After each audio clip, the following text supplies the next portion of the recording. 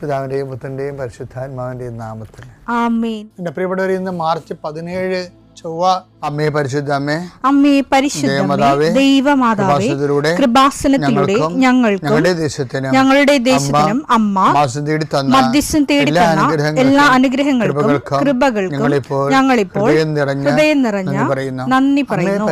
അമ്മേ പരിശുദ്ധമേ, ദൈവമാതാവേ, 2004 ഡിസംബർ 7 ഉച്ചകഴിഞ്ഞ് 2:30 കൃപാസനത്തിൽ സംഭവിച്ച അമ്മയുടെ പ്രത്യക്ഷപ്പെടലിനെ കുറിച്ച് തിരുസഭയ്ക്ക് സമർപ്പിച്ചിരിക്കുന്ന പഠനരേഖകളുടെ മേൽ സഭാത്മകമായ പഠനം ആരംഭിക്കുവാൻ ഞങ്ങൾ പ്രാർത്ഥിക്കുന്നു. അമ്മേ പരിശുദ്ധമേ, ഭൂസ്വർലോകങ്ങളുടെ രാജ്ഞിയായ അങ്ങേയ്ക്ക് ഭൗമസംരക്ഷണത്തിനായി പ്രപഞ്ചപ്രകൃതിയെ തന്നെ തിരുസഭ പ്രതിഷ്ഠിക്കുവാൻ ഈ പ്രത്യക്ഷീകരണം വഴി ഇടയാക്കണമേ. പരിശുദ്ധമേ, ജപമാല മാതാവേ, സകല കൃപാസനം പ്രാർത്ഥനയോടും ചേർത്ത് ഞങ്ങളിപ്പോൾ പ്രാർത്ഥിക്കുന്ന ഈ കുടുംബത്തിന്റെ പ്രത്യേക നിയോഗം പറ മക്കളെ.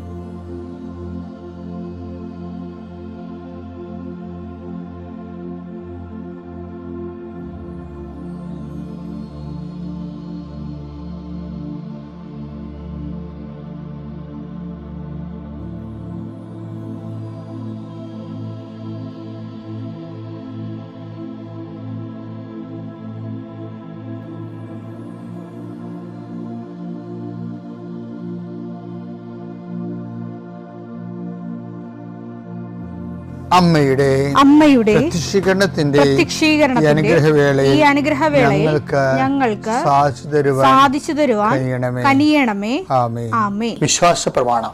സർവശക്തനായ പിതാവും ആകാശത്തിന്റെയും ഭൂമിയുടെയും സൃഷ്ടാവുമായ ദൈവത്തിൽ ഞാൻ വിശ്വസിക്കുന്നു. അവിടുത്തെ ഏകപുത്രനും ഞങ്ങളുടെ കർത്താവുമായ ഈശോ മിശിഹായിലും ഞാൻ വിശ്വസിക്കുന്നു.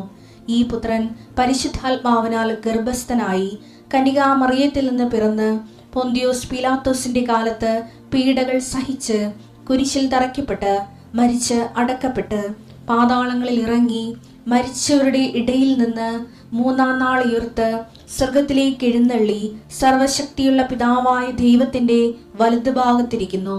അവിടെ നിന്ന് ജീവിക്കുന്നവരെയും മരിച്ചവരെയും വിധിക്കുവാൻ വരുമെന്നും ഞാൻ വിശ്വസിക്കുന്നു. പരിശുദ്ധാത്മാവിലും ഞാൻ വിശ്വസിക്കുന്നു. വിശുദ്ധ കത്തോലിക്കാ സഭയിലും പുണ്യവാന്മാരുടെ ഐക്യത്തിലും പാപങ്ങളുടെ മോചനത്തിലും ശരീരത്തിന്റെ ഉയർപ്പിലും നിത്യമായ ജീവിതത്തിലും ഞാൻ വിശ്വസിക്കുന്നു. ആമേൻ. സ്വർഗ്ഗസ്ഥനായ ഞങ്ങളുടെ പിതാവേ, അങ്ങയുടെ നാമം പൂജിതമാകണമേ. അങ്ങയുടെ രാജ്യം വരണമേ. അങ്ങയുടെ തിരുമനസ് സ്വർഗത്തിലെ പോലെ ഭൂമിയിലും ആകണമേ. അന്നു വേണ്ടുന്ന ആഹാരം ഇന്ന് ഞങ്ങൾക്ക് തരണമേ. ഞങ്ങളോട് തെറ്റ് ചെയ്യുന്നവരോട് ഞങ്ങൾ ക്ഷമിക്കുന്നത് പോലെ ഞങ്ങളുടെ തെറ്റുകൾ ഞങ്ങളോടും ക്ഷമിക്കണമേ. ഞങ്ങളെ പ്രലോഭനത്തിൽ ഉൾപ്പെടുത്തരുതേ, തിന്മയിൽ ഞങ്ങൾ രക്ഷിക്കണമേ. ആമേൻ. നന്മ നിറഞ്ഞ മറിയമേ, സ്വസ്തി. കർത്താവ് അങ്ങയുടെ കൂടെ സ്ത്രീകളിൽ അങ്ങ് അനുഗ്രഹിക്കപ്പെട്ടവളാകുന്നു. അങ്ങയുടെ ഉദരത്തിൻ ഫലമായി ഈശോ അനുഗ്രഹിക്കപ്പെട്ടവനാകുന്നു. പരിശുദ്ധ മറിയമേ, തമ്പുരാന്റെ അമ്മേ, പാപികളായ ഞങ്ങൾക്ക് വേണ്ടി ഇപ്പോഴും ഞങ്ങളുടെ മരണസമയത്തും തമ്പുരാനോട് അപേക്ഷിക്കണമേ. ആമേൻ.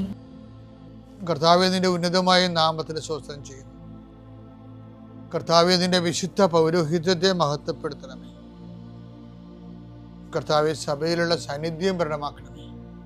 40 വർഷം ഞാൻ അർപ്പിച്ച കുർബാന്റെ യോഗ്യതയാണ് കൃപാസ്ഥാനത്താറെ ജീവനോടെ പ്രത്യക്ഷപ്പെട്ട മാതാവിന്റെ പ്രത്യക്ഷീകരണത്തിന്റെ യോഗ്യതയാൽ അൾത്താരയിൽ നടന്ന 10,000 ആരാധന ശക്തിയാൽ ദൈവവേദനെ മനസ്സ്, ശരീരം, ആരോഗ്യം ഏതെല്ലാം മേഖലകളിൽ എൻ്റെ മക്കള് ഇന്ന് ഞെരുങ്ങുകയോ വിഷമിക്കുകയോ ചെയ്യുന്നുണ്ടെങ്കിൽ കർത്താവിൻ്റെ രക്തം നിങ്ങൾ തളിക്കപ്പെടട്ടെ. യേശുവിൻ്റെ നാമത്തിൽ വിങ്ങുന്ന മനസ്സാണ് നിങ്ങളുടെ എങ്കിൽ, സാമ്പത്തിക തകർച്ച ഉള്ളത് കാരണം, ചെയ്തുകൊണ്ടിരിക്കുന്ന കാര്യങ്ങൾ മുടങ്ങിപ്പോയത് കാരണം, വരുമാന സ്രോതസ് അടഞ്ഞു പോയത് കാരണം, പഠിക്കേണ്ട കാര്യങ്ങളും വിസ പ്രോസസ്സിങ്ങും നാട്ടിലുള്ള പരീക്ഷകളും ടെസ്റ്റുകൾ പരീക്ഷ ഫലങ്ങൾ പ്രതീക്ഷിക്കുന്നവരെ എൻ്റെ വിഷയത്തിന് PSC ടെസ്റ്റ് പിടിച്ചെന്നെങ്കിലും ആഗ്രഹിക്കുന്നവരെ, അതെല്ലാം ഈ ഒറ്റ പ്രാർത്ഥനയുടെ ദൈവത്തിലെ നിന്നെ ഏറ്റെടുക്കുകയും നിൻ്റെ ആവശ്യങ്ങൾ അറിഞ്ഞ് നിന്നെ സന്ധിക്കുകയും ചെയ്യും. നീ കടം കൊടുത്തിട്ടുള്ളവർ, അത് കിട്ടാത്തവർ, നിന്നോട് കടം വാങ്ങിച്ചിട്ടുള്ളവർ, അത് തരാത്തവർ, എല്ലാം കൊണ്ട് നീ ഞെരുങ്ങുന്ന വിഷയങ്ങളെല്ലാം കൃപാസ്ഥാനത്താരെ ജീവനോടെ പ്രത്യക്ഷപ്പെട്ട പരിശുദ്ധമ്മ നിൻ്റെ ഇന്നിൻ്റെ സങ്കടങ്ങളെ കണ്ണുനീരിനെ ഏറ്റെടുക്കുകയും എൻ്റെ ഈശോയുടെ നാമത്തിൽ ഞാൻ നിന്നെ ആശീർവദിക്കുകയും നീ ശക്തിപ്പെട്ട് രാത്രി തിരിച്ചെത്തുന്നവരെ കർത്താവിൻ്റെ കൃപ നിന്നെ പിന്തുടരട്ടെ. ഇത്രയും പിതാമ്പുത്രനും പരിശുദ്ധാത്മാശ്രയിച്ച് നീക്കുവാമേ. ഈ ദിവസങ്ങളൊക്കെ പഴങ്കഥകൾ പറയുകയാണ്.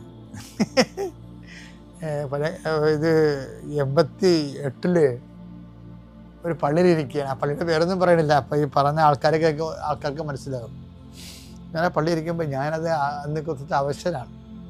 എന്ന് വെച്ചാൽ ഇന്ന് അവശനല്ലെന്നൊന്നും പറയണില്ല, ഇന്ന് ഇത്തിരി അഭിഷേകമുണ്ട് അവശനാണെങ്കിൽ.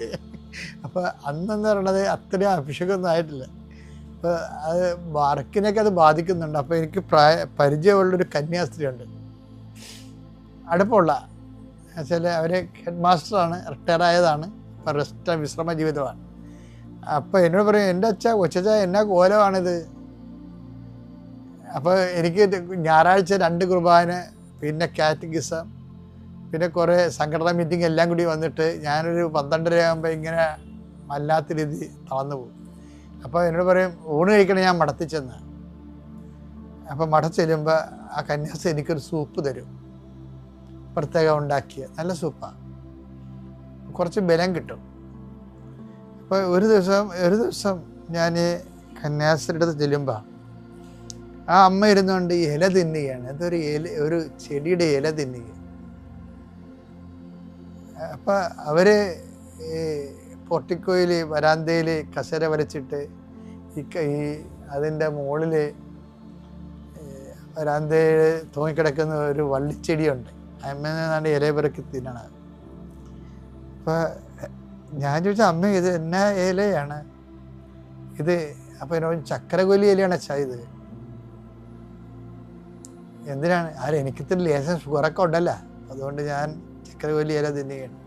അത് ഓക്കെ. അപ്പോൾ ഞാൻ ആദ്യമായിട്ട് കേൾക്കണത് ഇങ്ങനെ ഷുഗറുകാർക്ക് ചക്കരകൊല്ലി ഇലയൊക്കെ തിന്നാം. പഴയ തലമുറ അങ്ങനെ കഴിച്ചിരുന്നു, ഇപ്പോൾ കഴിക്കുന്നുണ്ടോയെന്ന് അറിയത്തില്ല. ഇപ്പോൾ ഷുഗറുകാർക്ക് ഇപ്പോൾ എല്ലാവരും ഇപ്പോൾ ഈ മധുരക്കിഴങ്ങ് വെച്ച് പിടിപ്പിക്കുകയല്ലേ. ഏതോ ഒരു മാസികയിൽ മധുരക്കിഴങ്ങ് ഷുഗറിന് നല്ലതാണെന്ന് പറഞ്ഞിട്ട് ആൾക്കാർ ഇപ്പോൾ പലയിടത്തും ഞാൻ കണ്ട് മധുരക്കിഴങ്ങ് വെച്ച് പിടിപ്പിച്ചിട്ട് ഷുഗറുകാർ പ്രത്യേകിച്ച് ചെയ്യാൻ പറ്റുമെങ്കിൽ ചെയ്യട്ടെ, നല്ലതായിരിക്കും. അപ്പോൾ അത് കാലം മാറിയപ്പോൾ ഒരു ഐറ്റം വന്നതാണ്. വേറെ രസമുണ്ടെന്ന് ഈ കന്യാസ്ത്രീയുടെ അടുത്ത് ഞാൻ വേറെ ദിവസം ചെല്ലുമ്പോണ്ടല്ലോ, അന്നൊരു അടിയുന്നത് ഏതോ കന്യാസ്ത്രീയുടെ ബർത്ത്ഡേ ആയിരുന്നു അവിടെ. അപ്പോൾ ഈ അമ്മ ഹലുവായും ലഡുവും തിന്നണം. എനിക്ക് വല്ലതും പറയാൻ പറ്റുമോ? അപ്പം ഒരാൾ തന്നെ പരസ്പര വിരുദ്ധമായ 2 കാര്യങ്ങൾ 2 സമയത്ത് ചെയ്യുമ്പോൾ ഞാനൊന്നും പറഞ്ഞില്ല. നല്ല പ്രായമുള്ള കന്യാസ്ത്രീയല്ലേ, എന്നോട് വേണം, വലിയ ഇഷ്ടമാണ്. മക്കളെ, ഇത് കേട്ടപ്പോൾ നിങ്ങൾക്ക് തോന്നിയത് ഇത് ഒരു രസത്തിന് ഇൻഫർമേറ്റീവാണ്. ഇൻഫർമേറ്റീവ് അല്ല, ഇതിലൊരു വചനമുണ്ട്. പ്രത്യേകിച്ച് നമുക്ക് ശ്രദ്ധിക്കേണ്ടത് ഐസയ 64:6 നോക്കിയേ. ഞങ്ങൾക്ക് രക്ഷ കിട്ടുമോ? അതാണ് വിഷയം. ഈ പുണ്യവും പാപവും ഒരുമിച്ച് ചെയ്താലുള്ള കുഴപ്പം എന്താ? ഈ ലഡുവും ചക്കരവല്ലി ഇലയും കൂടി ഒരുമിച്ച് കഴിച്ചാലുള്ള കുഴപ്പം എന്താണ്? ഞങ്ങൾക്ക് രക്ഷ കിട്ടുമോ? എന്താണ് കാര്യം? ഞങ്ങൾ അശുദ്ധനെ പോലെയും ഞങ്ങളുടെ സൽപ്രവൃത്തികൾ മലിനവസ്ത്രം പോലെയുമാണ്. സൽപ്രവൃത്തികളാണ് ചെയ്യണതെങ്കിൽ എന്താ പറ്റി? പാപം പുണ്യത്തിൻ്റെ കൂടി പാപം കാരണം ഞങ്ങളുടെ സൽപ്രവൃത്തികൾ മലിന വസ്ത്രം പോലെയുമാണ്. അപ്പം അതിൻ്റെ കുഴപ്പം എന്താണ്? ആ രക്ഷയെ അത് ബാധിക്കുമെന്നാണ്. മനസ്സിലായില്ലേ? അപ്പം പാപം പുണ്യം, ഇപ്പം പാപം ചെയ്തിട്ട് അതുകൊണ്ട് പുണ്യം കൊണ്ട് തന്നെ മറക്കാമെന്ന് വെച്ച് കഴിഞ്ഞാലേ വിമണി പാടായിരിക്കും. ആഘോഷനും തോന്നിയവാസവും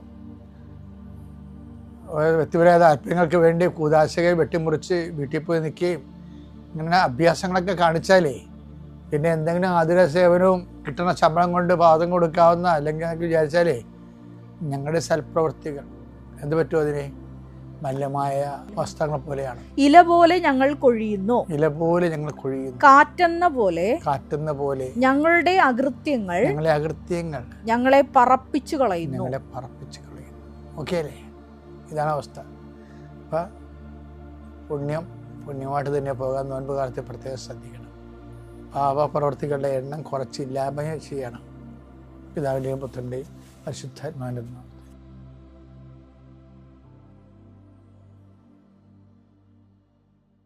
അത്യപൂർവ ദൈവാനുഭവങ്ങൾ ഇനി നിങ്ങൾക്കും സ്വന്തം. ഈ യൂട്യൂബ് ചാനൽ ഇതുവരെ സബ്സ്ക്രൈബ് ചെയ്തിട്ടില്ലെങ്കിൽ ഇപ്പോൾ തന്നെ സബ്സ്ക്രൈബ് ചെയ്യുക. ഈ വീഡിയോ ഇപ്പോൾ തന്നെ നിങ്ങളുടെ സുഹൃത്തുക്കൾക്ക് ഷെയർ ചെയ്തുകൊണ്ട് കർത്താവിൻ്റെ പ്രേക്ഷിതരാകുക.